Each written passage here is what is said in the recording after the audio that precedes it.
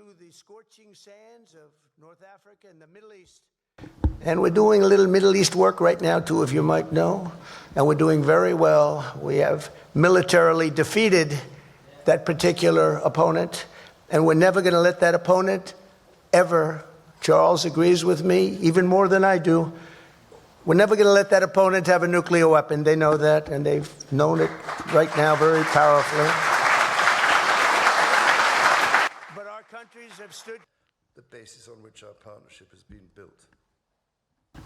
And yes, we have had our moments of difficulty, even in more recent history.